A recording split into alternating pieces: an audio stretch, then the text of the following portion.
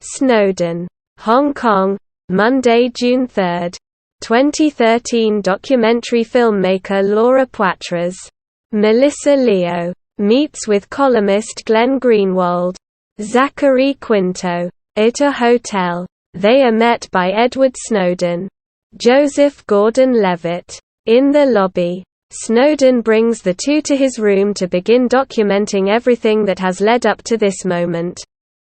2004. Snowden was enlisted in the Special Forces as a candidate. Although he was persistent, he suffered an injury when he broke his legs after landing on him during a drill. The doctor tells Snowden that his legs were broken for weeks but only now have sustained a more serious injury. He warns Snowden that the bones in his legs will turn to powder if he lands on him again. So Snowden is discharged. 2006. Snowden began training for a position at the Central Intelligence Agency. He started a class under Corbin O'Brien. Rhys Ifans. One of Snowden's first tests is to solve a problem using a sequence. Snowden finishes first, and O'Brien checks his work to see what mistake he made. Snowden explains that he solved the problem by going out of order in the sequence. To the surprise of not only O'Brien, but the rest of the class as well. Snowden befriends a professor named Hank Forrester, Nicolas Cage, who appears to have had an influence on Snowden far more than O'Brien. Outside of work, Snowden chats online with a girl named Lindsay Mills, Shailene Woodley. They finally meet up one afternoon and go for a walk around the park. Lindsay takes several photos of Snowden, and they end up having their first kiss.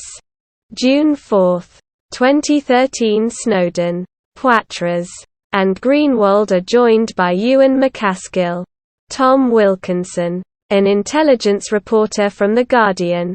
McCaskill reports to editor Janine Gibson, Jolie Richardson, in regards to the story that Snowden is telling them. 2007. Snowden is stationed in Geneva to maintain computer network security. Lindsay joins him on his trip. He meets with a CIA agent, Timothy Olyphant, who guides him through his task. Snowden and Lindsay are at a party with a number of diplomats and other special guests in attendance. His task is to find a banker for surveillance purposes. With Lindsay's help, Snowden meets a banker named Marwan al-Kermani, Bhaskar Patel. Later on, Snowden learns through his colleague Gabriel Sol, Ben Schnetzer, that al-Kerman's name is being looked up to gather personal information on him, and that the program the CIA is developing allows them to spy on people through lenses even when they are not being used. Snowden and Gabriel find out that al-Kerman's daughter is with a man who is seeing another woman, and is, along with his mother, living illegally in the United States. Snowden and the agent later meet up with al-Kermani in a hotel. Al-Kermani appears distressed after he tells the men that his daughter's fiancé and his mother got deported. The man gets drunk, and the agent encourages him to go home. After seeing how morally bankrupt the people he works for are, Snowden decides to quit the CIA. He expresses his feelings to Lindsay over the notion that he would have been responsible for the lives of millions. 2009. Snowden begins working at Dell as a supervisor on NSA computer system upgrades. He is assigned to an airbase in Tokyo, where Lindsay follows him again.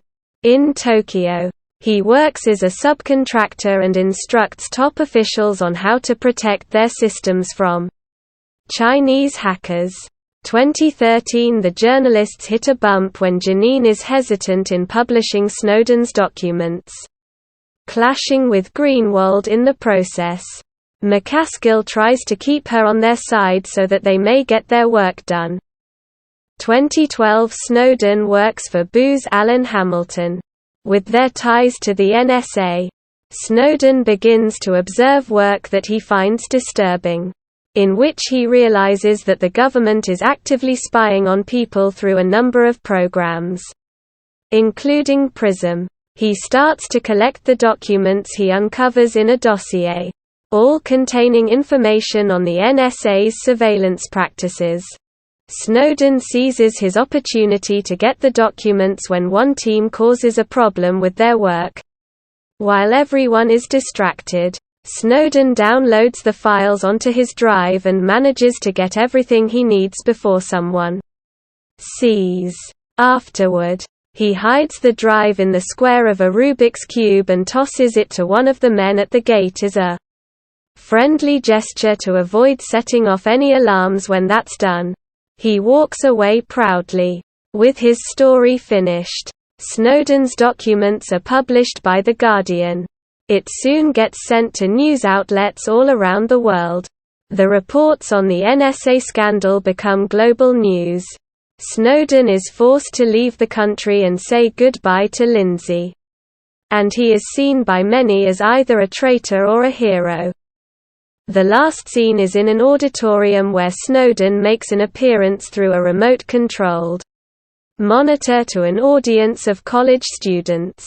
He says he would hope to return to the United States for a fair trial. But he knows now is not the time for that to happen. The moderator asks him how his life has changed since doing what he did. We then see the real Edward Snowden saying that he has given up a lot of things since he became a whistleblower. But he has no regrets because he knows in his heart that he was doing the right thing. The audience applauds him. And the film closes on Snowden smiling. The final text states that Edward Snowden has been living in Moscow since 2013. And Lindsay Mills flew over there to join him.